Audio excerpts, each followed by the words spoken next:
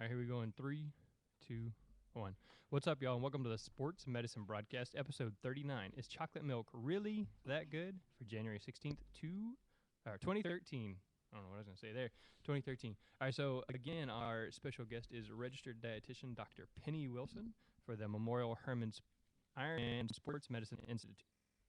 All right, so again, that's Memorial Hermann Ironman Sports Medicine Institute. It's a tongue twister all in itself.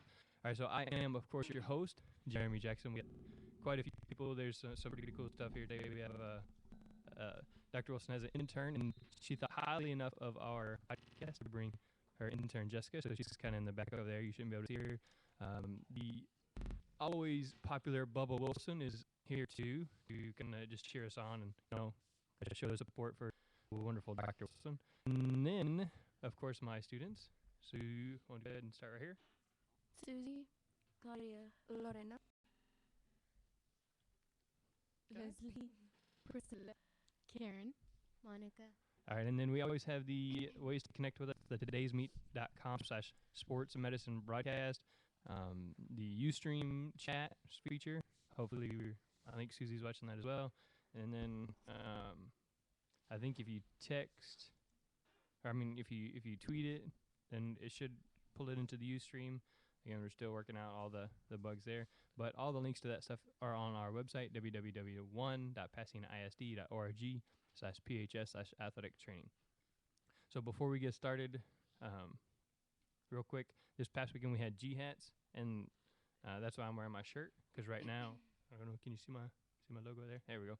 All right, so G-Hats is actually sponsoring CEU events, or CEUs for athletic trainers that are a member of G-Hats. So if you are a paid member of the Greater Houston Athletic Trainer Society, you can earn CEUs for listening to what Dr. Wilson has to say to you today. All right? Fantastic. So G-Hats is awesome. And then I was talking to John Harmon, one of the board members for CEU, and he said he loves listening to this.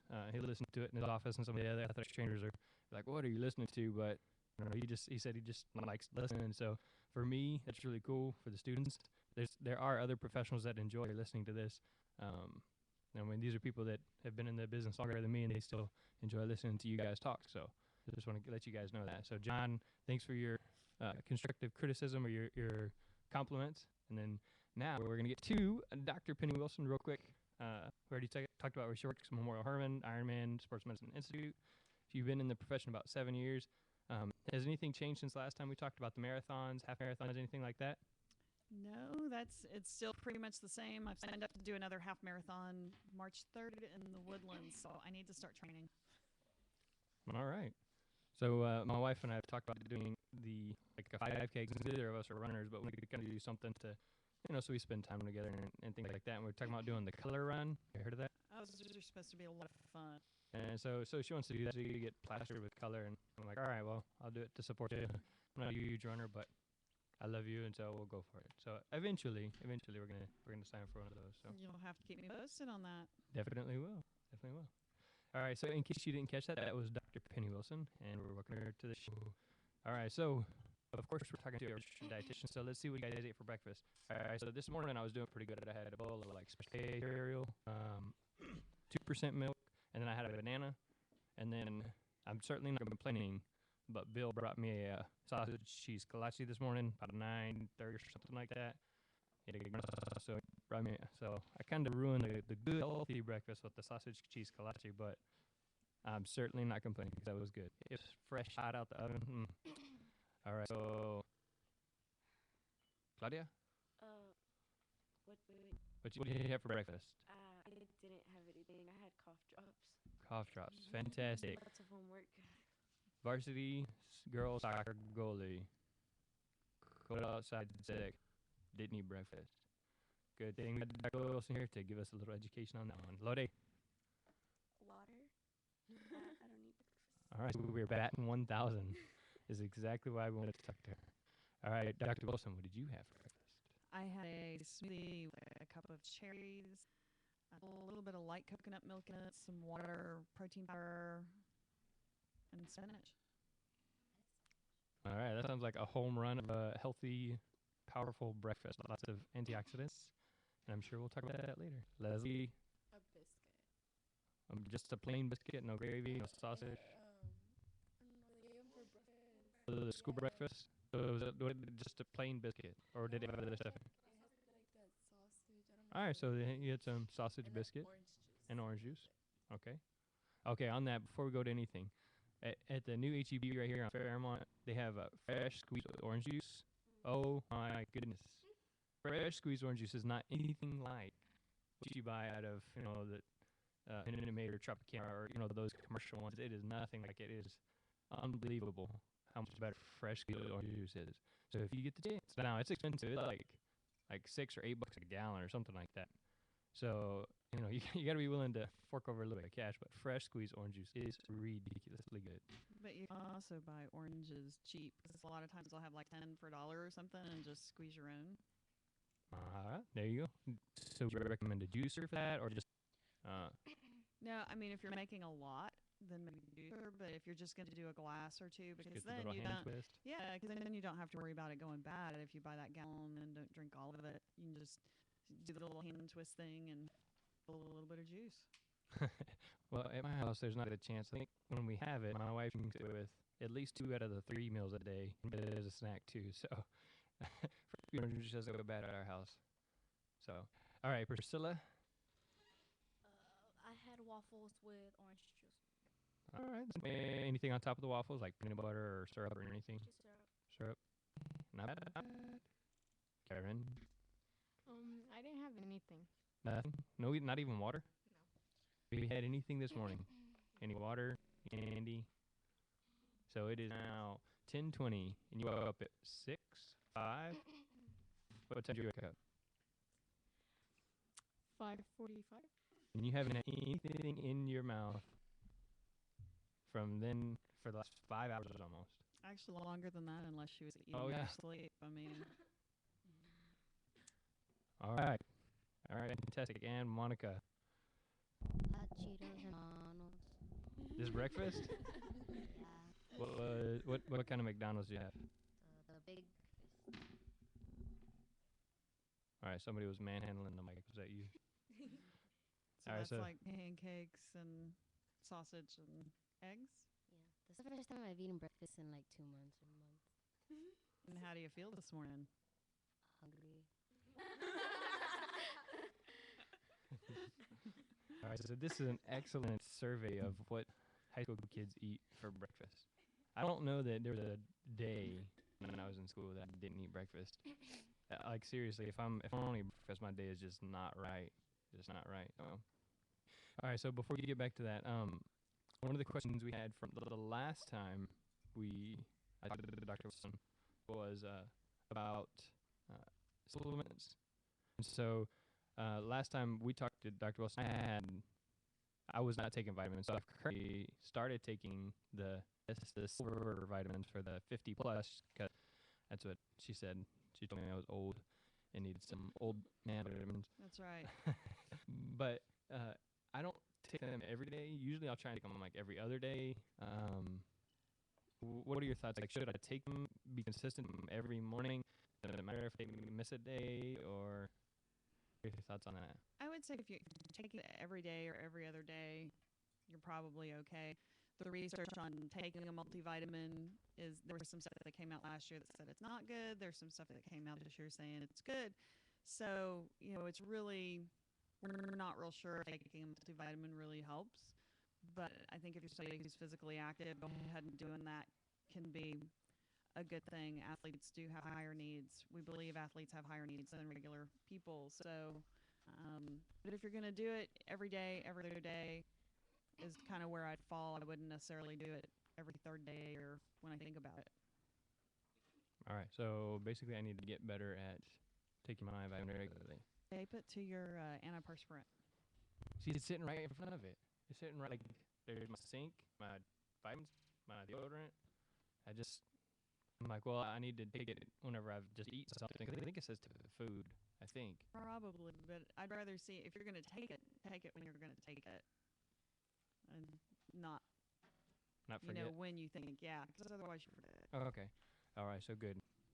On the recommendation of Dr. Wilson, hopefully I will begin taking a regular multivitamin.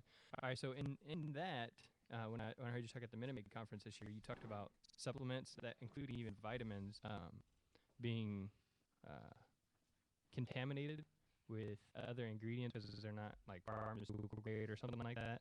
Can you tell us a little bit more about that? Sure.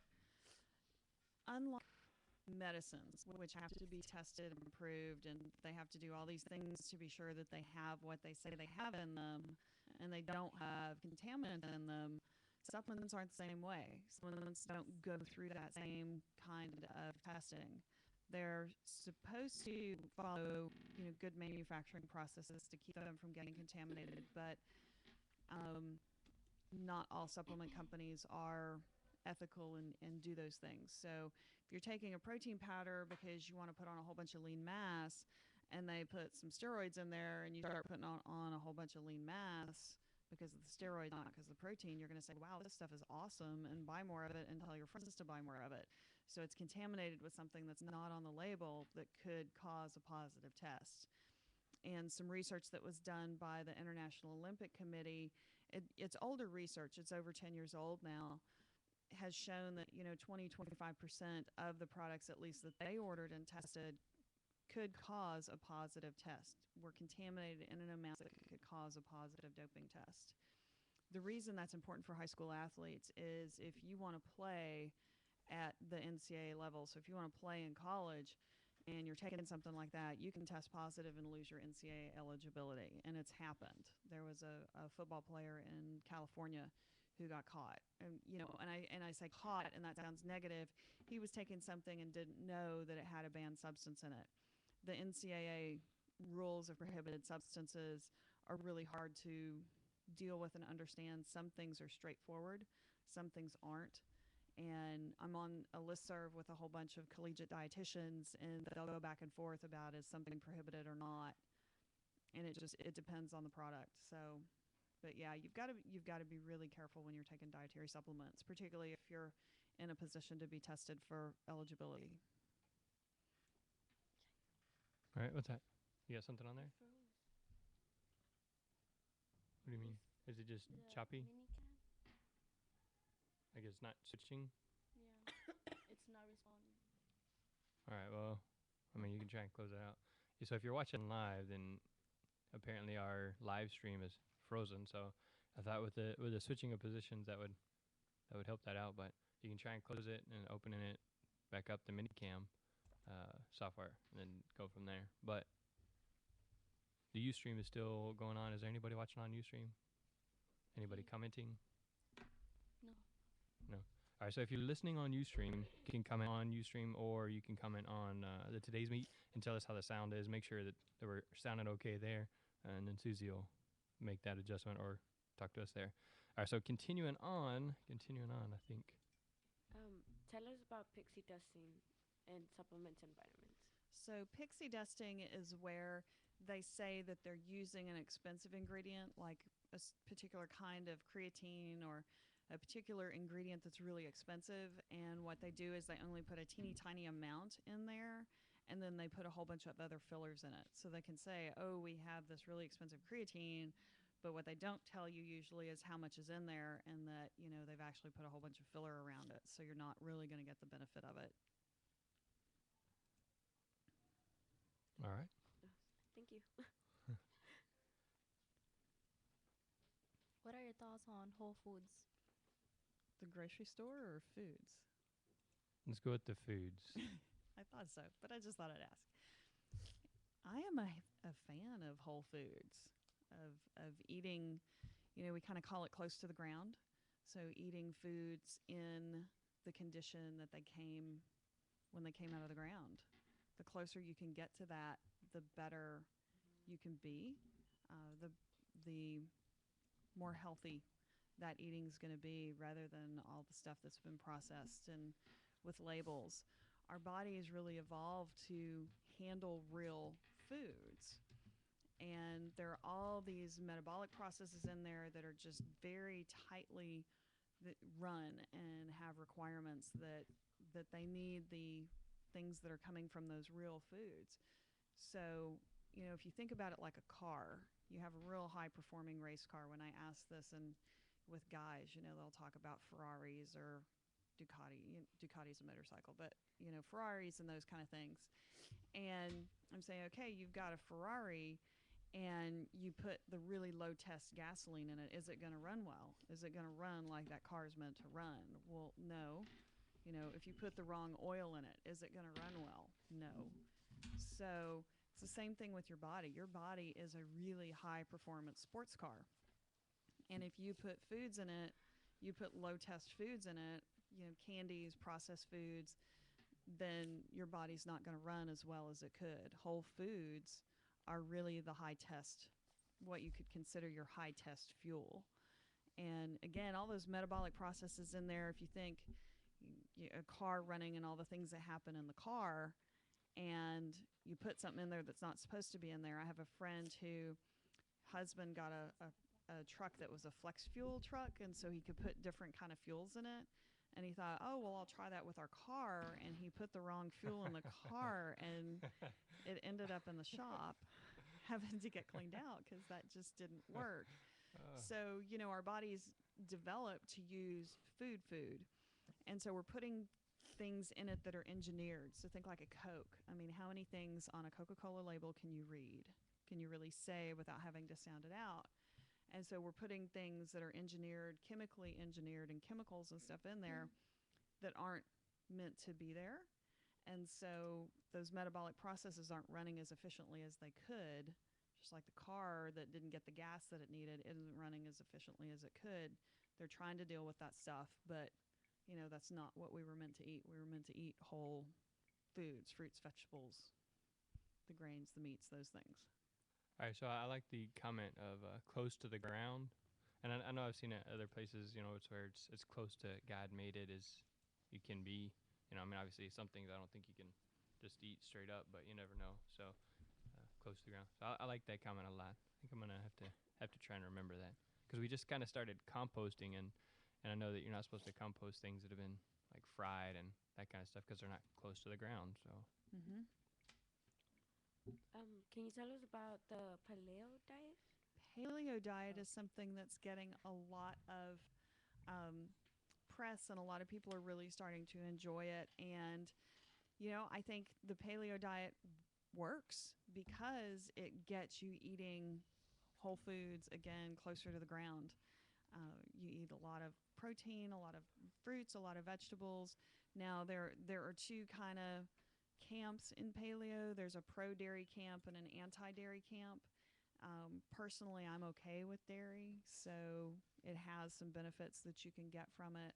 And then it really limits the starches, the grains, and rices and pastas, things like that. And so it definitely works.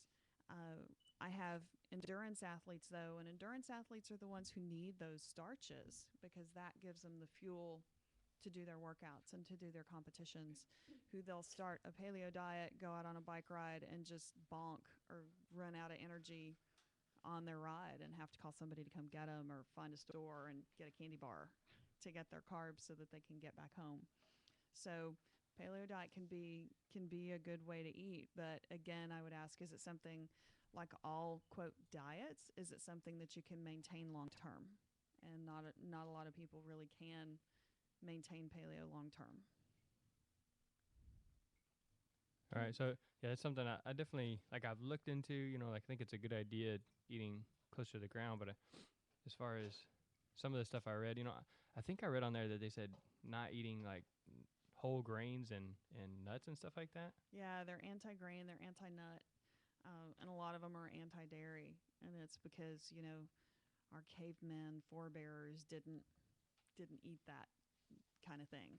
So, I don't necessarily agree with that. I'm a big fan of nuts. I love peanut butter. So, I kind of pull back on some of that. Now, of course, this is only pictures and drawings, but every caveman I've ever seen had like missing teeth, was like overweight, and as far as I know, they didn't live to like 60 years old. So I'm not 100% sure I'm sold on living like a caveman. Yeah, and that's part of it. And there's actually, I can send you the links. I'll find them and send you the links. There's some really good discussions about dispelling some of the paleo, I don't want to say myths, but some of the things that they promote. But it can be a healthy way to eat. You just got to be sure that you're covering your your nutritional basis. All right. Well, thank you for that. Can you elaborate on athletes trying to perform well and maintain a low body weight? Yeah, this is a really hard one. I see it in a lot of sports, particularly sports that are really body conscious. So my swimmers, that for the guys, that speedo doesn't hide much, and even for the women in their swimsuits, there's not much room to hide anything. I see it in my endurance athletes as well, my runners and triathletes. Spandex just doesn't hide much. And so a lot of times they're really trying to perform at a high level and perform the best they can and lose weight or maintain a low body weight because they look at the pros and think, oh, I need to look like that. And most, pro triathletes, for example, and pro runners, I mean, we just had the Houston Marathon. Those pro runners are tiny. They're just tiny. And most people aren't going to look like that. There's no way I'm going to look like, a lot of the pro triathletes. I just don't have that same body frame. And I carry a lot more muscle than most of them carry. So if you're really trying to perform well and maintain a low body weight, those two things don't work together very well, because if you're maintaining a low body weight, you're not feeding your body what it needs in order to perform. You've got to be able to take in enough calories to do what you're asking it to do performance-wise. If you're trying to run or jump or whatever it is, swim, that you're trying to do, you've got to feed it. If one way to kind of know if you're not giving your body what it needs is, if you're tired a lot. I had one swimmer who it was like, man, if he sat still for a couple minutes, he would go to sleep. Do you just not have much energy? Are you cold a lot? Because you're losing body fat, and so you tend to be cold all the time. Could you be just not having good workouts and having to stop and sit on the sideline because you just don't have the energy to perform? So, you really, if you're trying to perform at a high level, you've got to make a choice of, do I want to be an athlete or do I want the lower body weight? So you've really got to think about those two things. And high school athletes and collegiate athletes, women in particular, I get concerned when they start maintaining a low body weight because they can lose their menstrual cycle. And that's really cause for concern because it's the estrogen and some of the hormones in the menstrual cycle that allows you to build your skeleton and build your bones. And you get one shot to build a skeleton, and it's during those periods. And if you don't build it, you're not going to have it later. I've seen full body x-rays or MRIs of, a young woman who had an eating disorder, and like an 80-year-old woman. And if you didn't know the difference just looking at their skeletons, you couldn't tell the difference between the two. So, if you're working with somebody who's lost their period, that gets really, really concerning because you're worried about, their skeleton and some of those things too. So real quick, did you guys catch that? She said that an 80-year-old woman looked like what did you say? How old? was like, I want to say early 20s. So like female. We'll just say 22-year-old female with an eating disorder. Their skeleton looked the same. That just because of the eating disorder. Yeah. So it wears your body down that much. Yeah. Well, it's not necessarily that it wears it down that much. It's that the hormones aren't there to lay the bone down, to build the bone. So you end up with a skeleton that's got a whole bunch of holes in it because your body just wasn't able to build the bones. So it's not just calcium for bone building and vitamin D for bone building. It's also getting enough calories so that your body can make the hormones and have the signaling going on to do that. Wow. So, yeah, a lot of issues with athletes trying to maintain low body weights. You also see them starting, they'll get sick, they'll start getting injured, they may start getting stress fractures, all sorts of different injuries coming on. So it's really something to be aware of, and it's really hard to address and hard to deal with because we see so many images that are just completely unrealistic. I've learned that any picture that I see in print or online, I just consider it a lie. I just consider that that's not how that person looks. They've photoshopped it. They've done stuff to it to make it, not real. And the Dove campaign, have you seen those videos? Right. Yeah, I have got some really great videos. There's one where they show a lady, showing up for her photo shoot, and then they film all the way through, and they do it with a super speed camera, and they show you start to finish what she looked like when she came through to what the billboard looked like. And they did stuff like, made her neck longer and did this and shaded this and all the stuff. And so every time I see a picture now, it's just like, that's not real. And did you guys see the Vogue with Lady Gaga on the cover? Yeah. Do you realize how much that was photoshopped? Did you see the real picture and then the cover? Isn't that amazing? She doesn't look the same. It's weird. Yeah, she almost doesn't even. If you really stop and look at it, she almost doesn't look like a real human in real life or in real life. No, sorry, on the cover. With what they put on the cover, you just look at it and you think there's just no way. And I mean, they changed the color of the dress. They did all sorts of stuff. So pretty much anything I see in print, I'm like, that is not. You can't trust that that's what that person really looks like. And so all the media images, all the stuff that you see like that, you can't compare yourself to that because it's not real. They're lying to you. I'll go ahead and throw a disclaimer. All of the photos on my website, on PHS Athletic Training that none of them are photoshopped. Maybe you need to put that on your website. None of these pictures have been photoshopped. There you go. Maybe I should. So I don't think you can make me much prettier anyway, so. What? There's no point in photoshopping.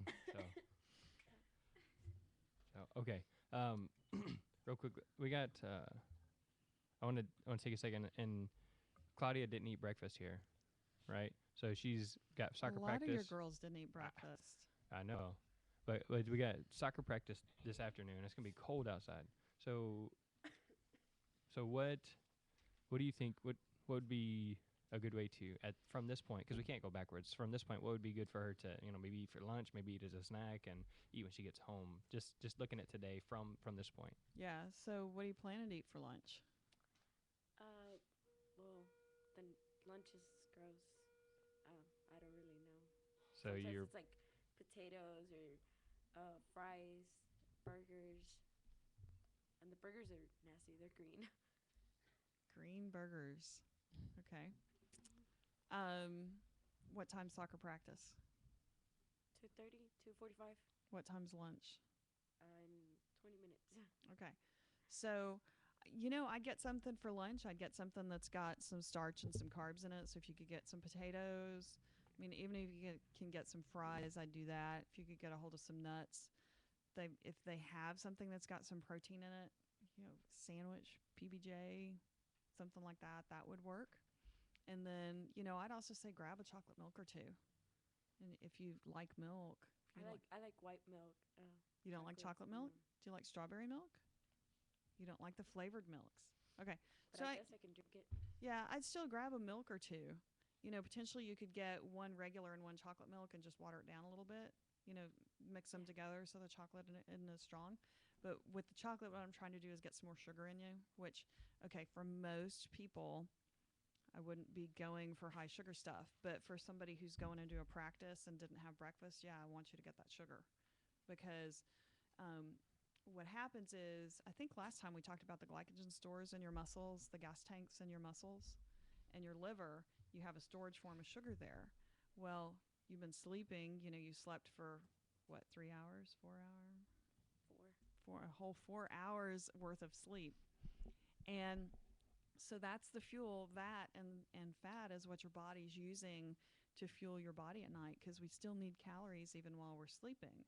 And so your body's been using that as well to fuel you until you eat, all morning until you eat. So you're emptying out those gas tanks in your muscles, and you go out and try and run and work out without eating much, and you're not going to feel good. You're not going to have a good workout. You're not going to perform well. So get some sugar, get some good starches, some good carbs. Starches are your potatoes and breads and things, and get those refilled so that when you hit the field, you're ready to go. All right. Thank you. All right. So then Then from that, what would you recommend for breakfast tomorrow? Because Claudia's going to eat breakfast tomorrow. Okay. What do you like for breakfast? I like anything. Yeah. I would say, pretty much go for whatever you like. I have a lot of people who don't necessarily like breakfast food. I'm okay with having a sandwich for breakfast. I've had a period where I was having soup for breakfast and I really liked it. My husband had kind of grossed him out because he didn't like the smell of beef soup in the morning, but it worked for me. So, find something that works for you. If it's a PBJ or a turkey sandwich or, the waffles somebody had earlier, the waffles with the orange juice. One of the things you want to really focus on is being sure, though, that you get some carbs, which fruits, vegetables, grain, that kind of thing. Some protein, so that could be meat, eggs. You could even, do it with some nuts or peanut butter, nut butter like that, and a little bit of fat, which, butter, your nuts cover both of those bases as well, and that's going to give your body what it needs to go and help keep you full a little longer as well. So mixing all three of those things. So I didn't give you specific recommendations, but the biscuit that you had with sausage and cheese, that has all three of those in there. You've got the carbs from the biscuit, the protein and cheese give you the sausage and cheese give you the protein and fat. So something like that would work. If you get to school and haven't had breakfast, you can still grab one of those, lunches, one of the breakfasts that they pass out here. And if you don't like everything, pick through and eat what you like, but get something on your stomach. Yeah, I really like that. That's better than, all right, you need to eat a sausage biscuit every morning. That's just, well, if you like cold pizza, eat cold pizza, but it's better than nothing for 15 hours. So. Yeah, because it is National Pizza Week. Yep. And hopefully we can get to talking about that, because she talked about healthy pizzas on Twitter, which if you're watching the live stream, I believe it shows on the top of the screen when it shows Dr. Wilson, but she's at Eat, E-A-T, the number 4 performance, Eat for Performance, with a 4 being the number, so you can follow her. Lots of good stuff about eating healthy or the way that diet affects you. All right, so now that we know that Claudia hasn't eaten and she's going to go out to practice, you might have addressed this earlier when we talked about the 80-year-old skeleton, but how does eating healthy help prevent injury? Eating healthy, preventing injury. When you eat, I'm going to kind of go back to the whole foods thing as well. So when you're eating whole foods, when you're eating not all the processed stuff, it's giving your body what it needs to work. And so, when we say healthy, it can mean a lot of things. It can mean not getting a cold, not getting the flu, not being injured. So you're giving your body what it needs to, your immune system to work so that you can fight off those flu bugs and all the different things that come along. You've got to have your vitamins and minerals, and those come primarily from fruits and vegetables, everything as well, but we got more from fruits and vegetables to give our immune system what it needs to make more of all the little things to help fight all those bugs off. It also helps repair our muscles. Every time you work out, what's the point of working out? Muscles. Your muscles. To do what? To gain them. To gain them. And how do you gain muscle?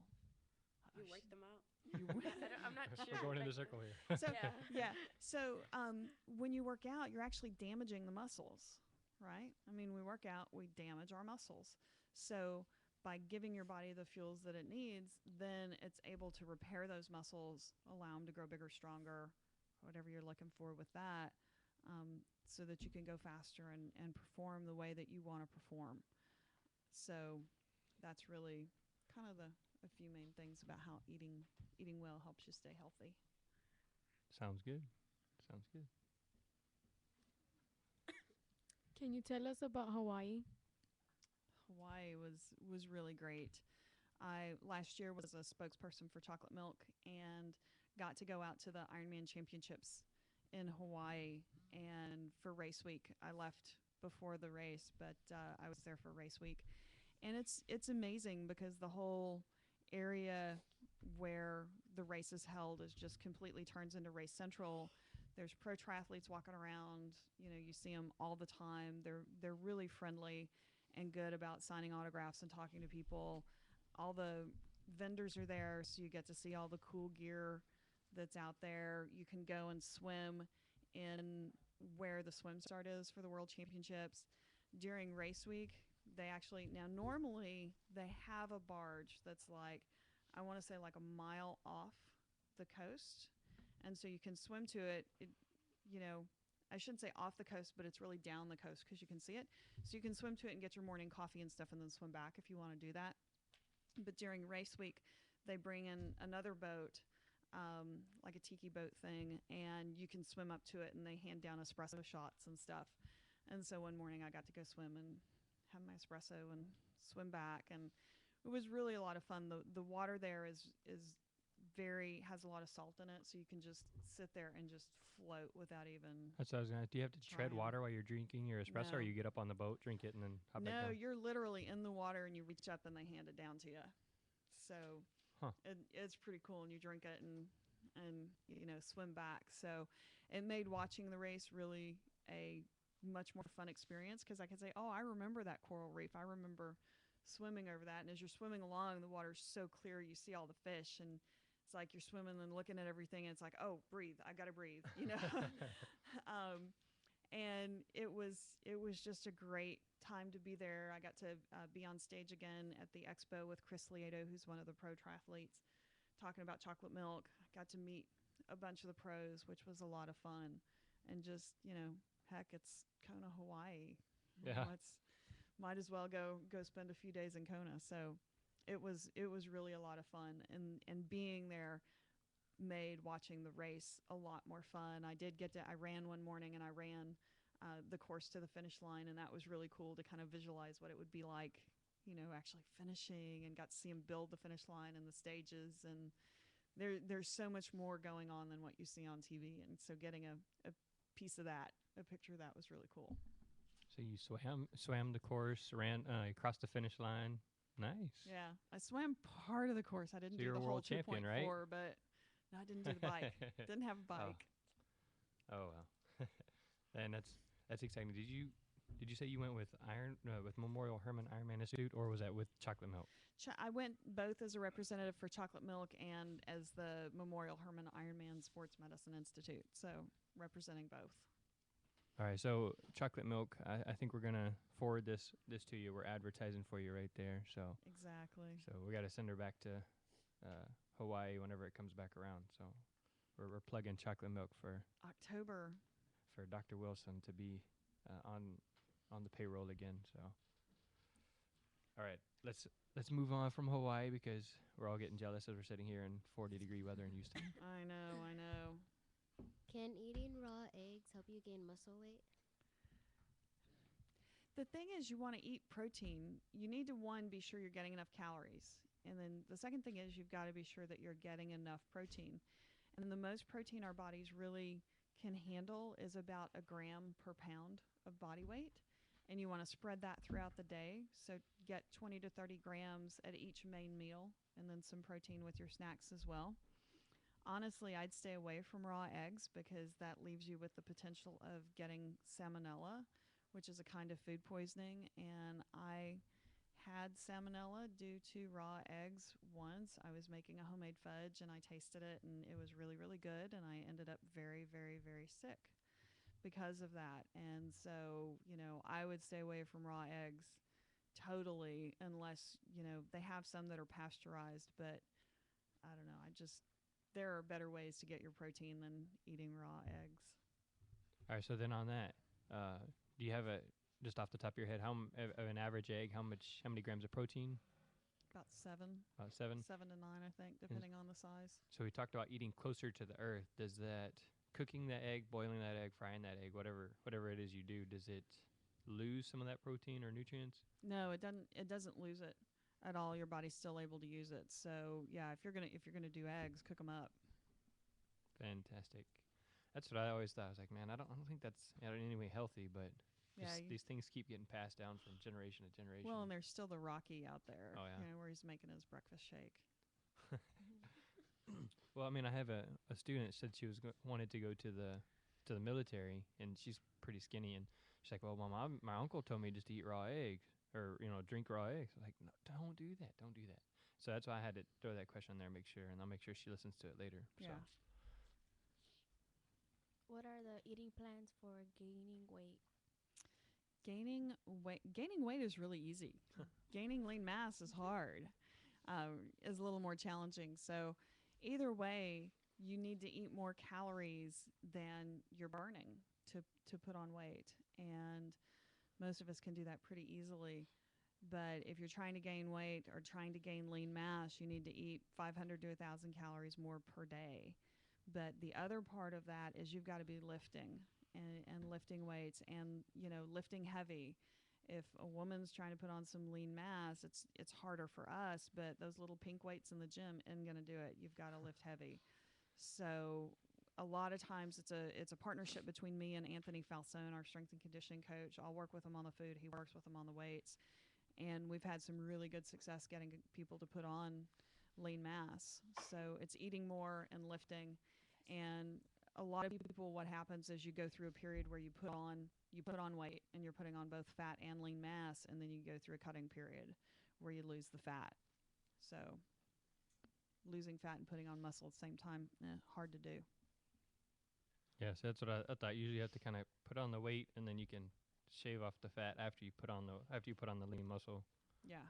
That's what I've always understood, but so now I have it from a very credible source.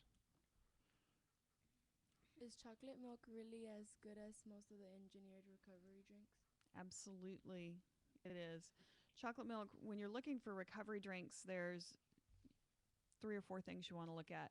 The first is, does it have carbs? And chocolate milk has got a really good amount of carbohydrates in it, depending on the one that you choose. Those carbohydrates are there to refill, again, those gas tanks in your muscles. The protein goes along to help repair the damage, and it also seems to help your body absorb the carbohydrates. You also want some fluid, so it helps rehydrate you. And then chocolate milk's got some electrolytes in it too. A lot of people don't realize that, but it does have electrolytes in it as well to help replace what you lost during the workout. So chocolate milk's really a quick and easy recovery drink. It's got the right proportion. We say 3 to 4 grams of carbohydrates for every gram of protein, and it has that. So yeah, it's really good, and again, it's cheap. It's funny, last year I was a spokesperson for chocolate milk, but I'm allergic to milk, so I can't drink milk.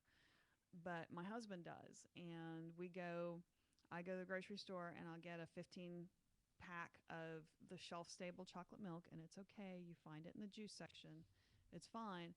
And I can get 15 bottles for $12. So what's that? Like 80, 90 cents a serving.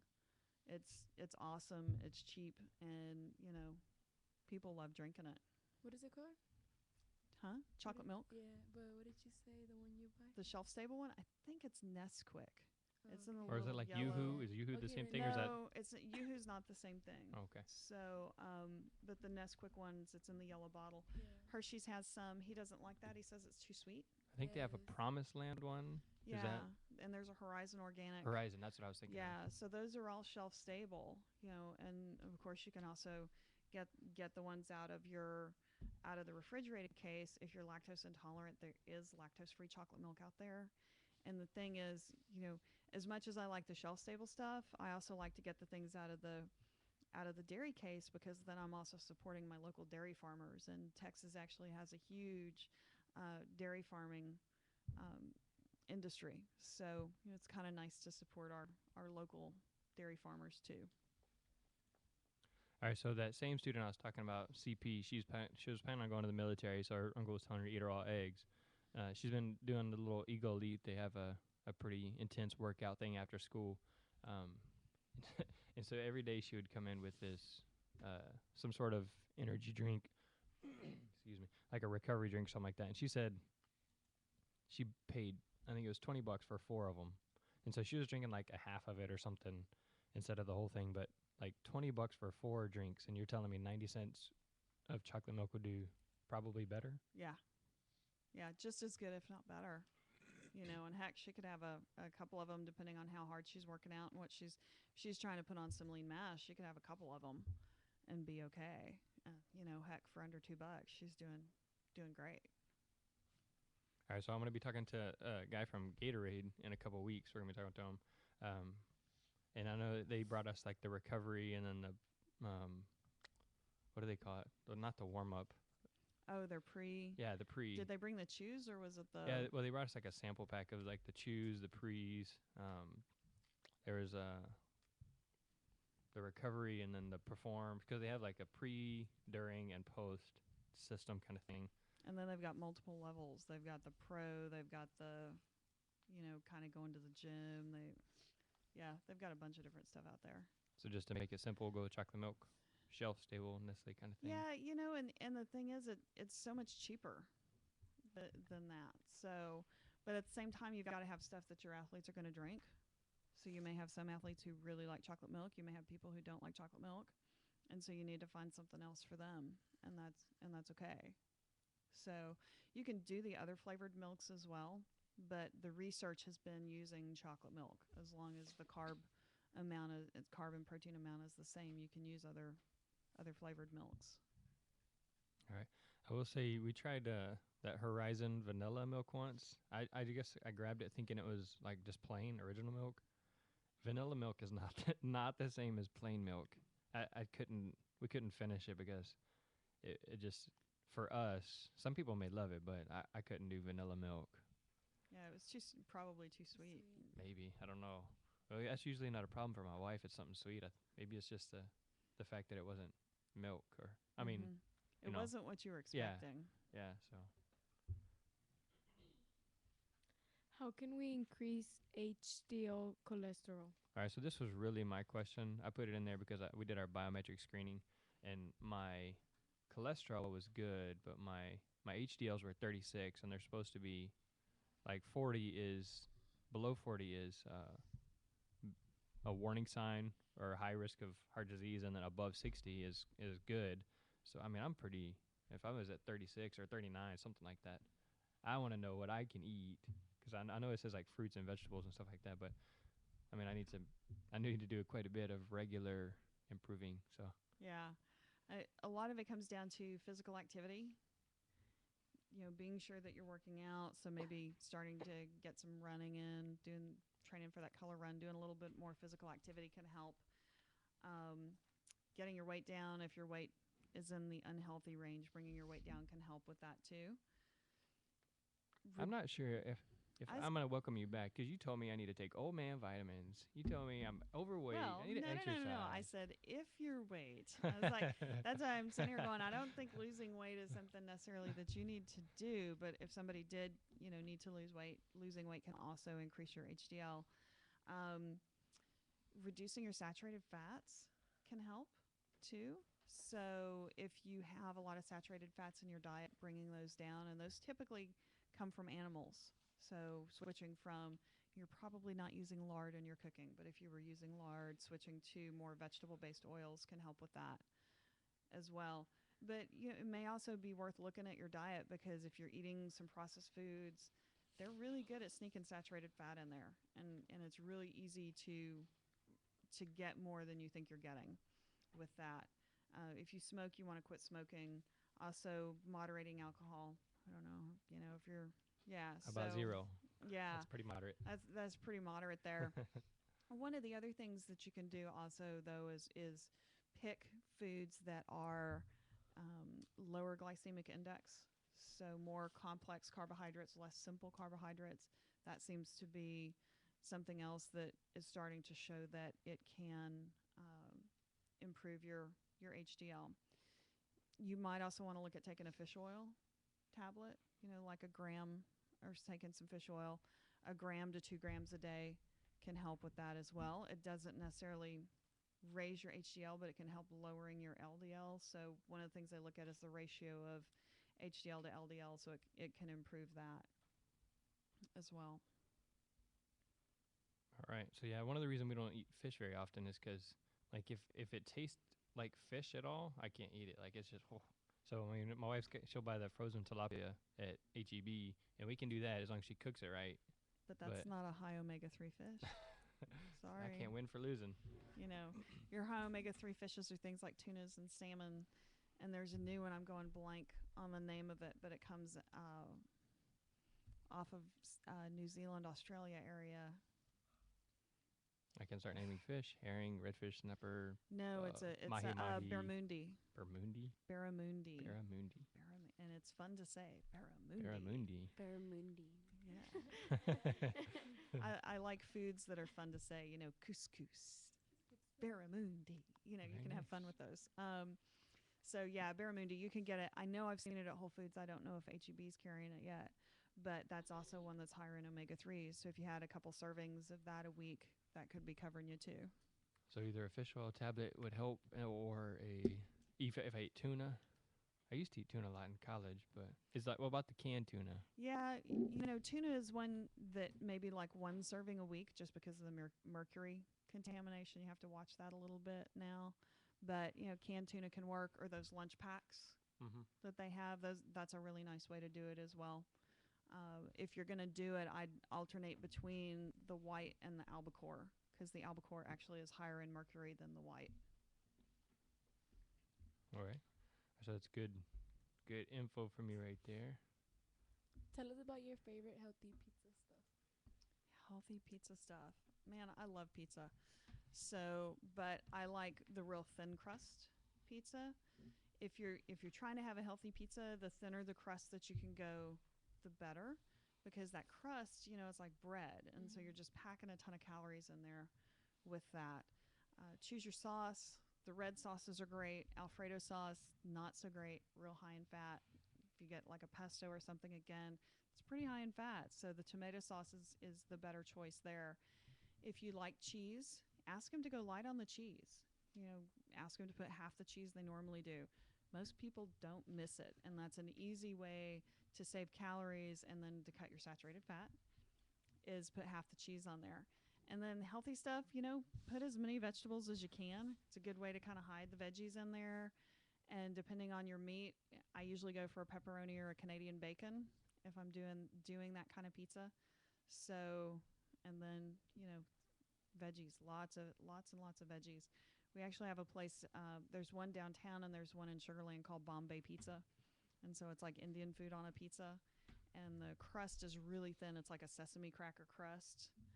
And then they put all these crazy toppings on it. And that's my current favorite pizza right now. So we do that once a week. I went to a Indian food restaurant with my buddy. He's actually from Bombay when I was in college, and I think I was sweating before I bit anything. Everything was just so spicy for me. Like, woo! Yeah, you gotta watch the places you go to, because some of them will really spice it up, and some of them, you know, are a little bit more realistic for us who aren't used to those kind of spices. All right, so real quick, we're gonna see what you guys' favorite pizza topping is. But before we do that, Lottie, Susie, do we have anything on either of the social streams or anything like that? No. All right, so Susie, why don't you start us off? Favorite pizza topping? Quick. Pepperoni. Just straight up pepperoni cheese. All right. Pineapples. Ooh, yes, pineapple. Mine is a spinach pizza. Spinach pizza. I like the one that has like mushrooms and bell peppers. So like the supreme, it has like olives and all this stuff. I gotta go with pepperoni. Pepperoni, Mine is 3 meats. 3 meat. Spinach. See, I think I've forgotten about pineapple, because I think that's one of my absolute favorites is with pineapple on it. And ham. Oh yeah. Yeah. Oh man, I love that one. You get the sweet and the salty going. I think if not, then I used to hate, like when I was a kid. When I was your age, I wouldn't have eaten a supreme pizza for anything. I would have picked every single vegetable off of there. But now, I think if it's minus the olives, then I'm gonna eat the supreme, because it's got the onions and bell peppers on there, and they're roasted, and mushrooms, and usually has some sausage or something like that. But my mom just like, since I was little, she would make me eat anything. So I guess I grew up liking anything except flour tortillas, stuff like that. Yeah, I like Papa John's. We'll do the banana peppers, so you get the little kind of that zing on there. Those are good. Maybe I'll have to try that. And they're vegetables. Is that the thing that comes in the? Do they like- always come on the side? No, you have to order them Okay. on there, and they're the yellow peppers. Gotcha. Not a lot of heat, but they've got kind of that soury. I don't even know how to They're good. describe it. Yeah. Were you- The Pizza Hut one, like the family deal, like the pineapple one, but it comes with a big crust, like really big. Yeah. I definitely prefer deep dish. It's definitely more flavorful and filling, but we gotta work on lowering the bread intake for no reason. So, all right. Well, it is now 11:10, and it is time for me to don't move yet. It is time for these kids to kind of close up and head out. So, Susie over there on the board, keep the one that says right there on the soundboard. Soundboard. There you go. Keep the one that says J, and then the one that says guest. Leave those on. Turn everything else down. Which is the guest one? The one that says guest. So everything else should be down. All right, so you guys real quick tell Dr. Wilson thanks for coming. Thanks, guys. It was fun being here. So if you're listening live, watching live, you can see all the kids heading out, cleaning up. Scooting Oh, Bubba's standing up. I think Bubba's wanting to jump in here. Uh-oh. You want me to turn one of the mics on for you, Bubba?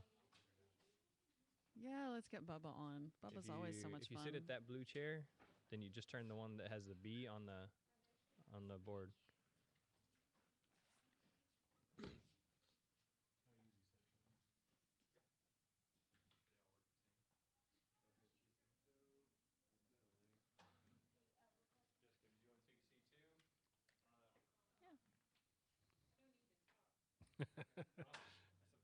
She doesn't. That's Coach for I don't want to say anything on the air. She's still recovering from last night. I got her. I'm also the dietitian for the Rockets, so I got her a pass, some credentials to go down in the training room with me and hang out with the team and stuff as they were getting ready for the game. And then we get to watch the game courtside. Ooh. So we're pretty much back kind of off in one of the corners behind the team and stuff. So getting to watch the game, it's a completely different perspective on the game. I've been down on the floor, and it's amazing. All those size 15, 17, and 22 shoes in the lane, and nobody sprains an ankle. But Yeah. yeah. I mean, I didn't realize how physical it was until I was down there and how much is going on. Yeah, and the shoes, it was so funny. There was one of the insoles or two of the insoles laying around on one of the counters last night, and I held it up to my shoe, and I think, my toes reached like about 2/3 Yeah. of the way up the shoe. we I could was fit your just shoe like, inside their shoe. maybe even both of them, and some Yeah. of them, man. But, so she had that fun experience last night, so. Yeah. And people don't realize how athletic they really are until you Yes. can watch them moving and the things they do. Yeah, and being down there, you really realize how much they're running and how fast they're running. And when you see it on TV and you've got the whole court in your TV, you're like, oh, they're just kind of jogging back. No, they're sprinting, they're pushing, like I said, it's a lot more physical. There's a lot more shoving and stuff going on than I ever really thought. Yeah. And then you get the guys that are 6'6" that look kind of small. I mean, that's 5 inches taller than me, and they look small on TV next to those 7-foot guys or whatever. Yeah. And they're fun. They've got a good sense of humor. One of them, who is close to 7 foot, one day goes, "Hey, high five!" I was just like, "Dude, really, really? Yeah, but you didn't ask him how the weather was either, so No." I guess it'd be like putting a camera underneath the water for water polo to see how physical it really is, from that side of it too. Yeah. Yeah. So then they would have to have a lot more fouls called, because isn't that what they do when you grab on water polo, when you grab them underwater, that's a foul or something? Yeah, Yeah. They wear multiple swimsuits for that reason too. But yeah. Yeah, I think wasn't it in the Olympics they had some of the underwater cameras, and I was floored. And I've never been around water polo that much, and my husband was like, "Yeah, they're just trying to drown each other." And I started watching, I was like, "Oh my gosh, you're right. They're just really going after each other." It's organized horseplay as a kid, but you're just Man. Just not a kid. dunking each other. You're a grown man or woman. Yeah, and the legs, and I mean, just keeping yourself above water is more than half the battle there, and then all the other stuff going on. Well, I don't know how they do it. The goalies get up to waist level out, basically out of the water just from kicking, and it's like, no, thank you. Yeah. Give me my float. And All right, so how is it because of the Memorial Hermann Ironman Sports Medicine Institute that you got hooked up with the Rockets? Yes. And do you go to all their games? I go. I try to go to at least one game homestand when they're here, and then Well, it goes a couple different ways. I try and go to the game and pregame to be sure that the food that they're served pregame is okay. So that I get paid to go eat, and to check in with the players and be sure that they're doing okay before the game. And I also try and go during the day on not a game day, so that around lunchtime again, so I can check on the food that's being served in the stadium, be sure it's okay, and then also just touch base with them about any kind of issues they have. I also work real closely with the trainers, so if somebody's starting to drop weight, if somebody's having low energy things, they pinpoint who specifically I need to talk to. I catch up with those guys, and then I kind of hang out for just kind of other random questions that they may have. And then I also, through Memorial Hermann, I also get to work with the Sugarland Skeeters, the minor league ball team. They have great eating habits too. They do. Eating and adult beverage consumption.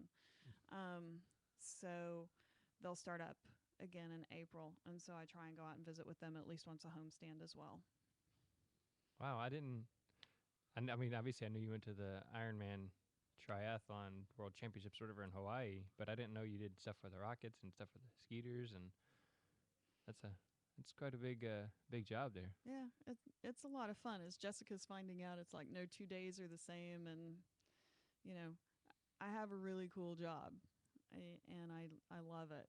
So I'm really fortunate to be able to do what I do, and even just my regular clients, everybody gets all starry-eyed when I start, when I mention the pros.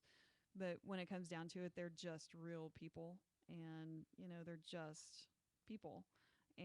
But my everyday athletes and folks that I see in my practice in my office tend to be just as much fun as those guys.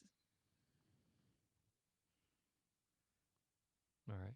Hey, real quick, I told you I got my biometric screening back, and I had my HDLs were high, so me and Bill were looking it up so we can kind of find out some of the stuff I could do right away to help change that. And one of the websites that came up, she was talking about she was a certified nutritionist. Is there? I know last time we talked about this, but is there a certificate, like a national certification program? There's not a national certification program for nutritionists. So I could start a school and call it the Penny Wilson Nutrition School, and I could issue, you are now a certified nutritionist from the Penny Wilson School. And you could pay me $50 and I could give you an hour online class and give you your certificate. So, some nutritionists are more knowledgeable than others. Heck, there are some nutritionists out there who've been doing this years and years and can put me in the dust because they've been doing it for so long. But those are few and far between. So, you've really got to know who you're talking to and what their experience is, what their education level is. So I would, again, like to reiterate, if you are looking for nutrition, dietary advice, then if possible, seek the advice of a registered dietitian, because they have to go through board-certified national tests and courses, and you have to continue to get like CEUs. Yeah, you've got to continue to get CEUs. To even be able to sit for the exam, you've got to get basically an undergraduate in nutrition. Then you go through an internship that's 1,200 hours of supervised practice. And then once you successfully complete the internship, then you get to sit for the exam. So after you've sat for the exam and passed, then you can call yourself a dietitian. So yeah, I mean, if you're looking for nutrition help, look for a nutritionist I can't believe I just said that. Look for a dietitian. No editing. We're not deleting that. Yeah. If you're looking for nutrition advice, look for a dietitian, because we do have a lot of background in it. And that's why I can talk about the metabolic processes and those kind of things, and how all the vitamins and minerals play into it. Because I had to take in science, chemistry and biology all the way up through biochem. And that's a lot of coursework, and that's a lot of time. So, a lot of times people who don't have those backgrounds don't really understand the details into why you need to eat the way you need to eat and why different things are important. All right. As I've encroached here now on this podcast, I kind of have two questions for you, and one of them will be a little bit multiple questions. I'm going to ask them both. you've talked about. We've all heard it's important to eat breakfast, and we need to have a good, healthy lunch, and eating close to the ground, or however you want to look at that. But can you lump all this into one kind of brief talk here and just say, all right, is eat in essence is eating smaller, more frequent meals the way to go? So a small breakfast, a snack, a small lunch, a snack, a good dinner, maybe a snack before you go to sleep. Is that a good way to operate nutritionally? To me, it really depends on your body's hunger signals. So if you're hungry a lot, and a lot of athletes are, then yeah, have snacks. Okay. I mean, a lot of my athletes, I'll put a bedtime snack in, but if somebody's trying to lose weight, that may not be such a good idea. Right. If you're going to do 3 meals and a couple snacks, the thing is you've just got to be sure that you're bringing your meal sizes down to make calorie space for for your snacks that you're going to have. Yeah, not 3 meals and 2 snacks, and they're all meals, and you're in trouble then. But Exactly. You know, me, I tend to have breakfast, a snack, lunch, maybe 2 snacks, depending on when I'm eating dinner. And I may have a snack before I go to bed, and it depends on how I'm working out as to Okay. how much I'm going to eat. all right, and of course I forgot my second question now that I was going to ask off that. I should have just rolled with it when it was going, but it'll hit me in a minute. All right, so real quick, as part of the CEU evaluation, I have on there to make sure that they kind of listen. To make sure that they listen is where's your hometown or your current city. So obviously your current city is Houston, but just in case somebody can't figure out what your current city is, where are you from? I actually live in Sugar Land, and I work in Houston. All right, so there you go. So if you listened all the way through for the CEU evaluation, that's what you can put in for that answer. All right, Bub, did you figure it out yet? Well, no, but I've got one that'll work. So with that with that in mind, and even if it doesn't work, I'm asking it. With that in mind, they talk about this diet for this ailment. There is no panacea, I guess, for everything. The 8-hour diet, all those things you see. I know they're fads, and there is some validity to low glycemic meals, and there is some validity to a paleo type diet, but in essence, aren't they similar? You know what I'm saying? I mean, there's kind of I think there's really a one diet fits all, and that's low fat, higher protein than what we get, less carbs than what we usually consume, and burn some of that, which is, my grandparents used to eat lunch at about 10:30 in the morning, but they were working in the garden in the fields. They'd already burned bacon and eggs breakfast that was high, quote unquote, high in fat, that was supposed to be bad for you. They'd already burned that off. Yeah. Well, they were probably up at 4 in the morning. Yeah. you And know. went to bed at like 8:30. They were up at the light and asleep when it was dark. Exactly. Yeah. The thing really is, most of us don't have a hard time getting enough protein. Most of us get, plenty of protein. So it's not like we have to go out and start eating a lot more. And the fat, depending on your fat sources, if you're eating nuts, I'm okay with going up to 30% and maybe even just a little more if you're including nuts and olive oil and those kind of things in your diet. The thing where I think we in general have a problem is with starches. So we talk about carbs, and I really wish we could break it into 2 families, starches and non-starches. And your starches are your bread, your pastas, your rice. The thing everybody loves. The thing everybody loves, potatoes, sweet potatoes, corn and peas are considered starches. And if you look around, our society has gotten so starch-based because it's cheap to Right. provide. So if you can bring your starches down and your non-starchy fruits and vegetables up, and non-starchy vegetables are all your veggies really, except potatoes, sweet potatoes, peas, and corn.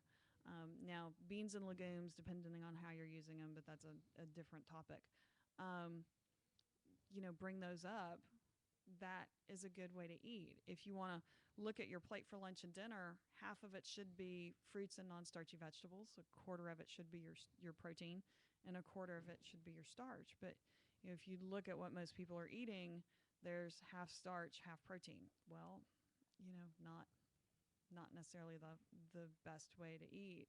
Right. And even if you're not diabetic or not insulin resistant, I'm finding a lot of people seem to still have problems. Their bodies just don't process the starches really well. They don't go into the muscles. They end up getting stored as fat. So if we can bring the starches down, bring the non-starchy fruits and vegetables up, you lose weight. Right. So earlier you talked about a gram of protein to pound of body weight. So, all right, I'm simplistic. I don't know what a gram size is. So a lot of people will talk about a deck of cards. A deck of cards for me is not going to be nearly enough protein. So would it? So my visualization is my hand, not the palm of my hand, my entire hand. Is that a good way to look at that? I would actually say the inside of the palm of your hand about an inch high. So my hand's smaller than So your talking hand. just here, Yeah, just kind of here. I just kind of look at it and go, "That's a chicken breast." So that works. Well, you know. the full palm for you is probably an 8-ounce chicken breast. That might be a little much. I'd probably go down to 5 to 6 ounces. So And then the other is on your starch, your carb is it's a cup or the size of your fist.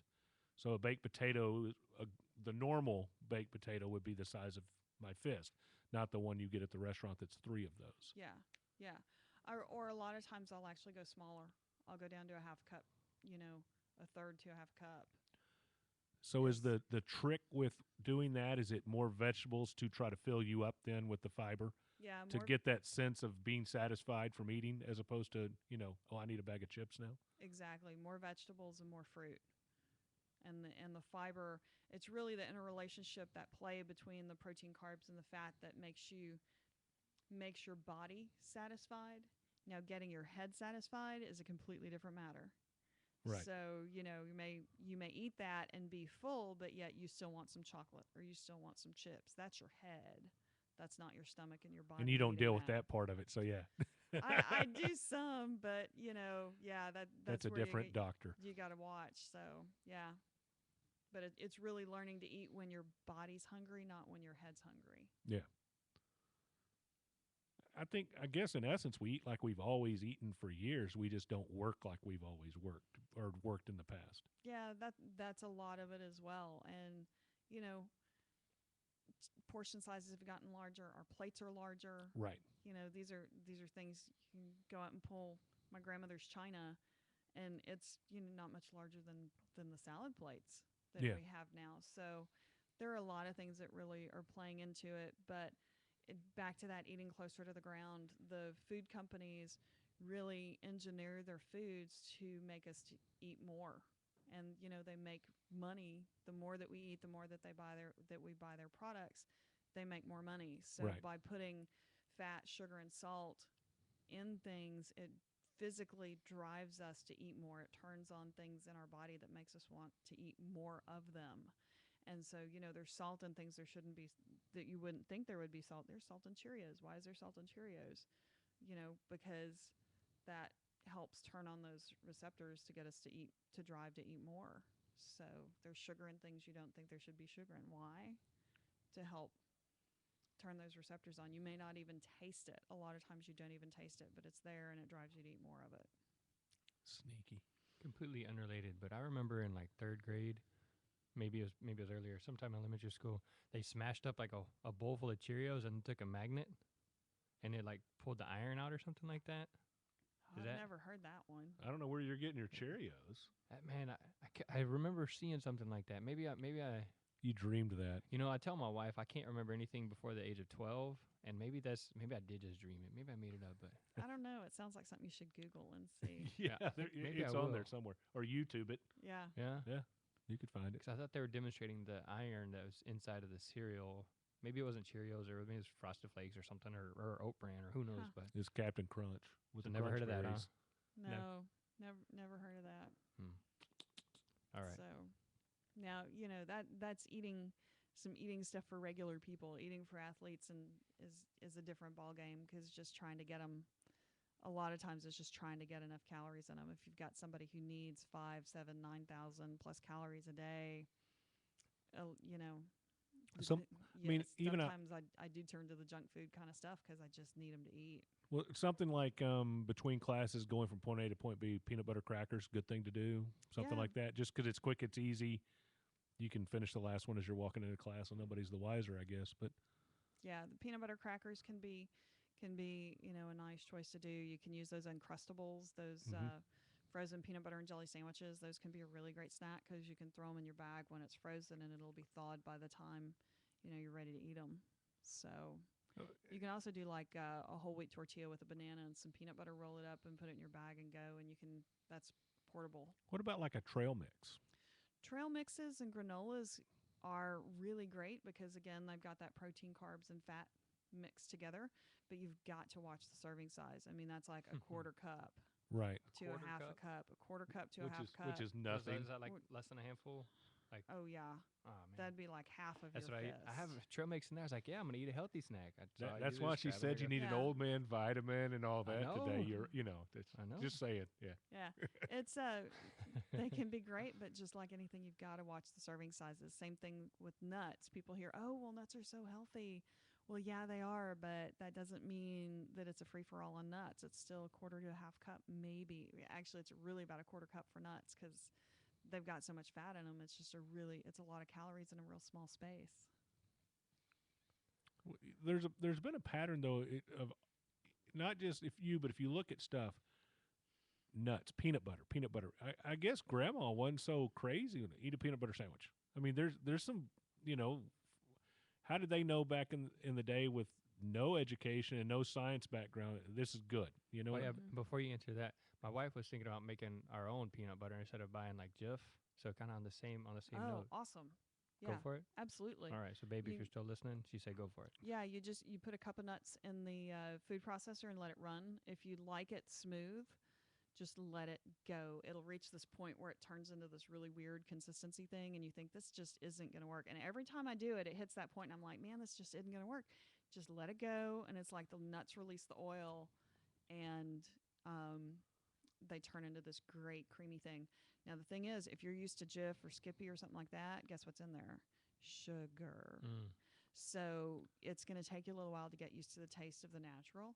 But I've been eating the natural stuff now for so long. When I go back and get the other stuff, I'm like, man, this is sweet. So, but yeah, I mean, if you can make it at home, it's great. And then just keep it in the fridge. and I'll worry about you if you start growing peanuts in your backyard to make it too. That'd be a Well, little. I already bit. told her we were talking about composting, so we're going to be growing I was going to say fruits that's and vegetables. well, so. that's fine. But if you're growing peanuts, that's a bit over the top there for your. So Yeah. You can do it with all the nuts, almonds, cashews, hazelnuts. Now, hazelnuts, you want to toast them first and get that outer casing off and do that. And then, if you really wanted to do something kind of fun and different is while you're making your nut butter, you could throw some dark chocolate chips in there. And so you could get dark chocolate peanut butter, which is really good. Now, you are kind of adding like a little having Nutella at that point. yeah. Actually, I've gotten to where I like homemade Nutella or the homemade hazelnut butter with chocolate in it, or there's a brand called Justin's. And I think HEB carries it. I know you can get it at Whole Foods, but all it really is dark chocolate chips with hazelnuts versus the Nutella that's got the milk and everything in it. I had some Nutella recently, and it was like, man, give me my Justin's back because it's more nutty and less sweet. So one of our coworkers here in the district, as a fundraiser, they sell peanut butter jelly sandwiches to their athletes. Good idea. Yeah. Does it matter I'd go what? for Does it that. matter if they use white bread, wheat bread? Just as long as they're giving them something. As long as they're giving them something. At this point, if we can just get most of our kids, if we can just get them to eat decent stuff, I'm happy with that. Most kids don't like the whole wheat. If they could use a white wheat, there's 100% white wheat, which is a different kind of wheat. So it's considered whole wheat, but it tastes like white bread. So you can kind of trick the kids into getting more of a whole grain that way. If they could do that, that'd be cool. Now, that's a little more expensive than just your regular white bread, Right. but that would definitely be one way to do it. I finally remember my other question, and I'd sent it to you earlier. I knew you would. Go ahead. Yeah, before you forget it I'm again. slow like that. But we talk about eating and eating and eating. What we really didn't have the chance to touch on though is how detrimental, not from a performance standpoint, but almost from a body function composition standpoint, not eating is. Mm-hmm. You don't lose weight by not eating, and I think there's still that misnomer out there by a lot of people. Similar to a lot of other things that we deal with in the athletic training world. Well, I'm just going to starve myself. I'll lose weight. I'll drop fat. It doesn't happen that way. So can you just touch on that? Yeah.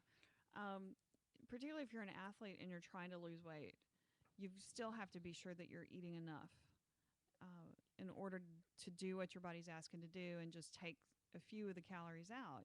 500 calories 250, 500 calories is a good amount because your body still has to work and it still has to live. If you go lower than that, a couple different things are going to happen. Your metabolic rate will start slowing down. So we have, a resting metabolic rate or a basal metabolic rate, and that's the number of calories our body needs just to live. And if you eat under that, your body's going to start slowing down. You can think of it like a thermostat. It just turns the temperature down, or your car, it just starts slowing down when it gets low on gas because you're not giving your body what it needs to work. And then sometimes you'll actually start putting on some fat because it's a survival mode type. It's a survival mode. It's like you're starving me. You're not giving me what I asked, what I need to do what I'm doing. So when you overeat, it's going to store it as fat. The other thing that can happen a lot of times too, is you start eating into your muscle. So your body can take away muscle and start using that, turn that into carbohydrates and use it as energy. And, if you think about it, we got a lot of muscle in our bodies, and it's not, your body isn't real selective when it's looking for that. It's not like, oh, she's got big quads, I'm going to go after her quads, or, oh, I'm going to take it from her butt or whatever. Your heart's a muscle too. It usually does the opposite. Yeah, it goes from other places. So it's a real delicate balance there. You've got to be sure that you're eating enough to keep your metabolic rate up, but take a little bit off in order to lose weight. So in the grand scheme of things, on a non-athlete like Jeremy, how much benefit is there from we drop a few calories a day and we walk? How much benefit is there? I'm not saying, it's going to do X, Y, and Z, but I mean, is that a significant benefit to everything? So you don't have to go crazy and do the insanity workout of the P90X or start training for a triathlon. If I drop 250 calories a day and started walking 30 minutes, huge benefit in trying to look better, feel better. Yeah, absolutely. So let's say, if you drop 250 calories, so what does that look like? Well, that's, leaving a few bites on your plate at each meal and maybe not having that mid-morning snack or whatever. That's easy way to do it.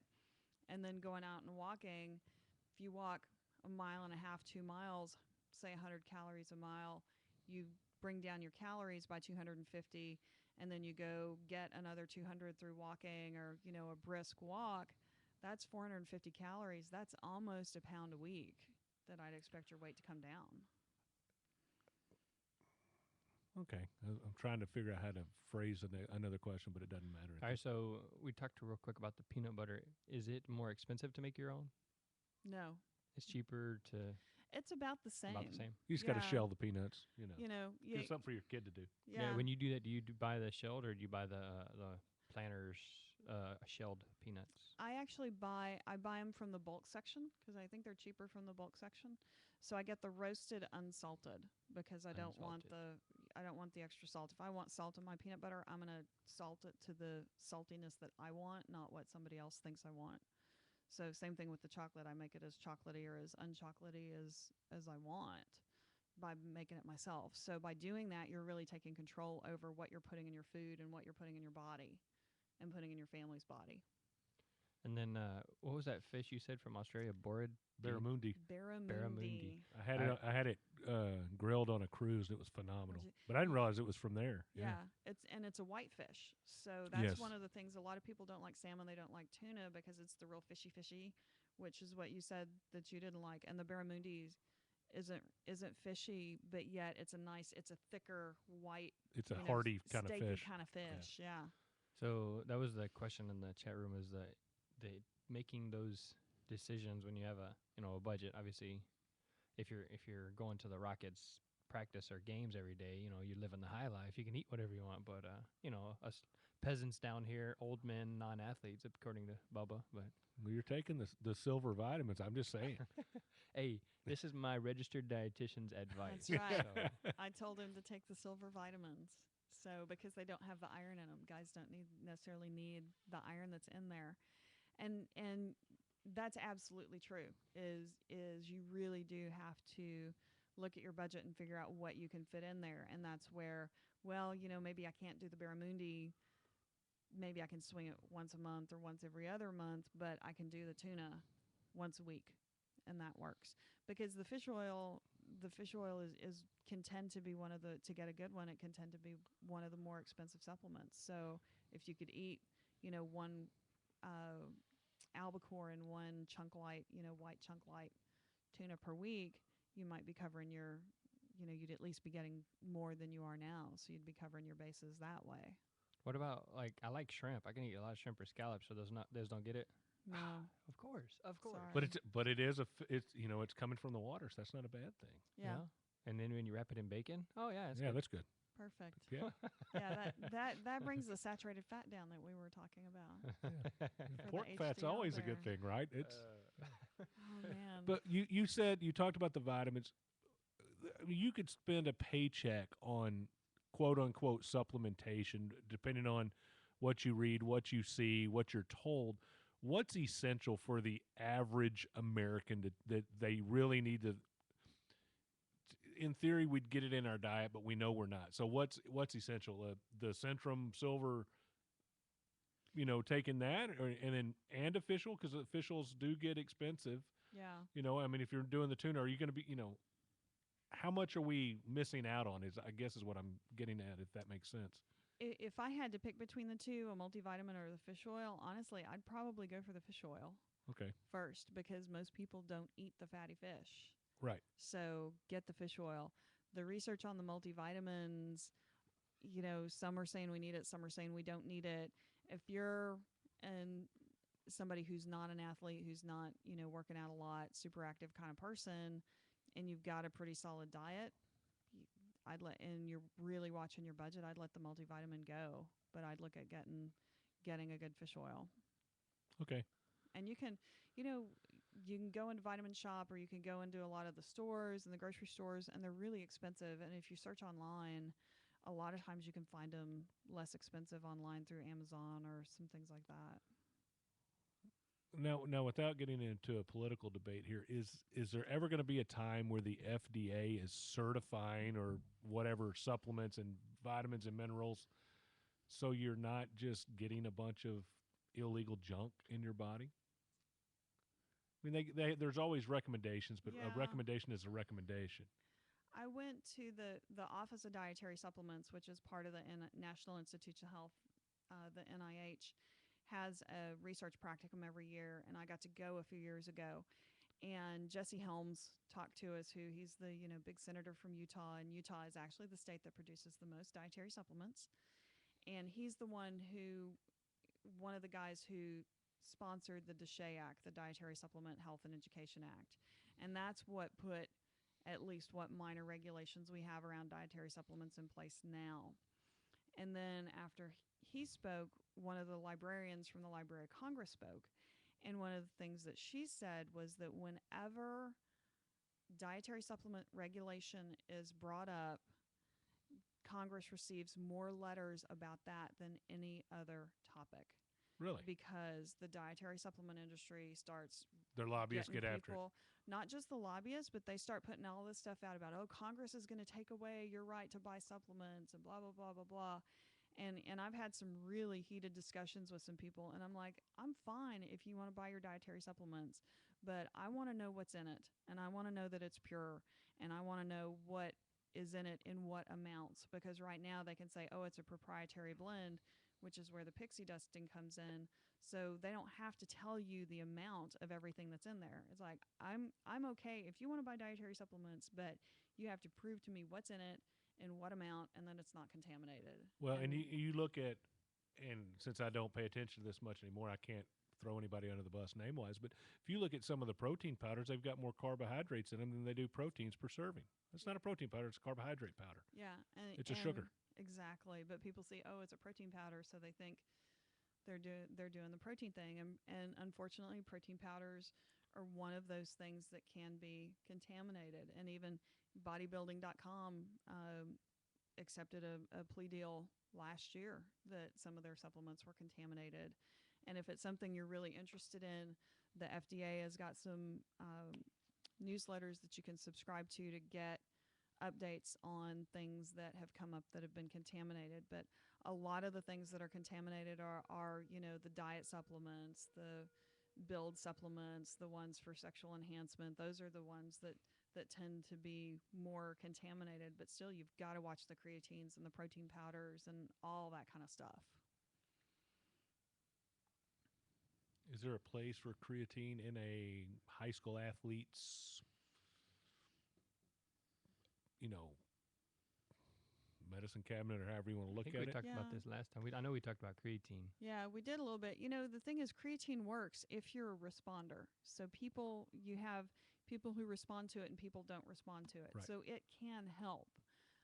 If I've got a high school athlete who's really trying to make a run to college and go to, like a big D1 school, and they've got the competition and it fits into their stuff, we may try it if it makes sense. But I'm also looking at the websites NSF for Sport and Informed Choice and getting them one that's been tested pure.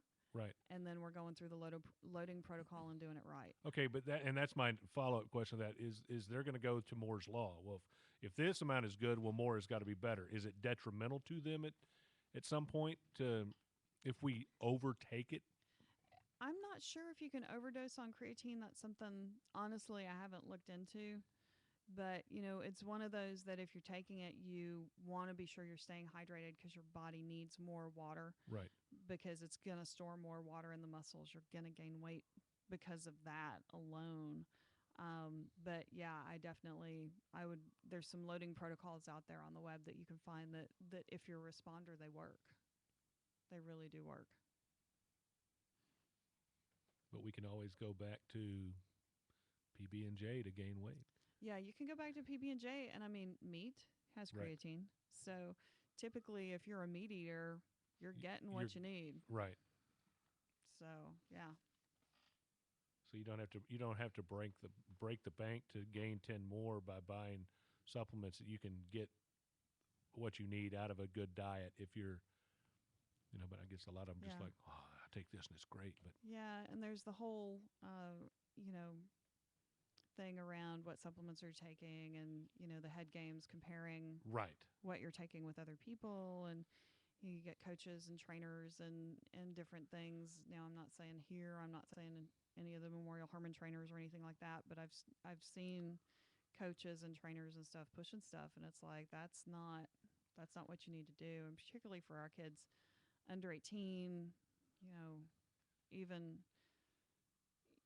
you start seeing it nowadays, junior high, and it's even creeping down to elementary kind of stuff. It's like, no, Right. These kids need to grow. They really need to grow. Yeah, I'm waiting for that first kid that said, what's your supplementation program? Chocolate milk, Wonder Bread, and Jif.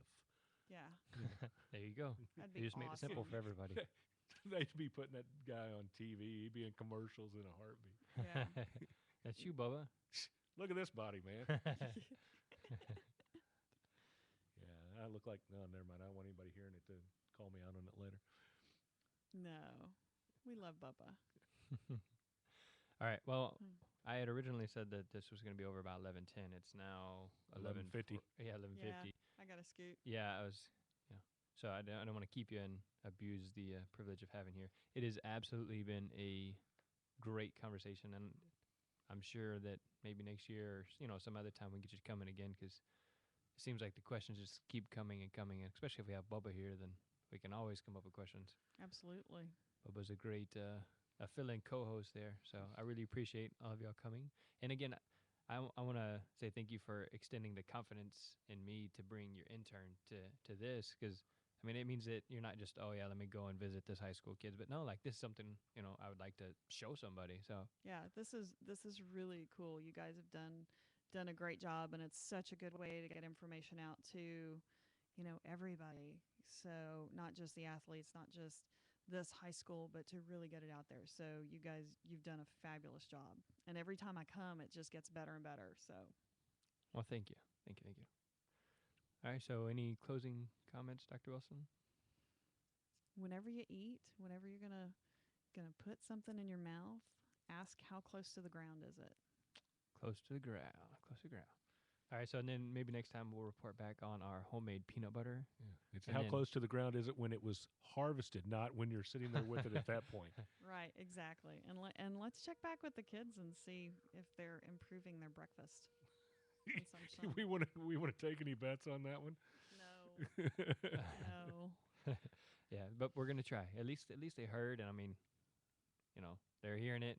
Maybe it was 7 times becomes a habit or something like that, Yeah. or it becomes a memory or Gotta something. tell them over and over and over and over and over. So, all right. Well, without any further ado, I'm going to close it out. Of course, Pasadena ISD Education Foundation has given us the grants for all this cool equipment. A couple different grants that I've written, donors choose also. And so without that, we couldn't have this podcast and have wonderful guests like Dr. Wilson or Bubba coming from Memorial Hermann Ironman Sports Medicine Institute. And then GHATS also sponsoring our CEU opportunity to make this even more with your wild. I know you hope you would have learned a lot just by listening, but now if you're an athletic trainer, you can get continuing education credits for listening and participating. If you want to check out more information from us, www.pasadenaisd.org/PHS/athletic training. And then there's pretty much everything there. Just about every Wednesday, if it's not for testing or some other special situation, we'll have a podcast, different guests. Twitter is at PHS Sports Med. Google Plus is PHS Athletic Training. Facebook.com/PHS Athletic Training. Office phone, nobody's going to call that. No, I don't know the password for the voicemail, so I'll leave that alone. There's the app if you want to download that to listen to the podcast easily. And then Dr. Penny Wilson is EAT4 Performance on Twitter. So it's at Eat4 Performance on Twitter to follow Dr. Wilson because she's probably got better stuff to say than I do. So All in for 140 characters or less. That's right. so there you go, your little daily tidbit of nutritional dietary wisdom. So all right, so for Jeremy, the sports medicine class, Bubba, Dr. Wilson, Jessica, that's a wrap. Thank you. Are we dead? All right, so I've got a idea. Not that I'm ever going to do this because I don't want to discuss it, but I think part of the reason, and being a diabetic, I've learned some of this. Part of the reason why we have some of the nutritional problems that people don't You talked to me about this last time. So here's my idea, and you had places like Smart Meals, and you've got what's You the just one? finished. I know. Oh, you were My listening? Fit Foods.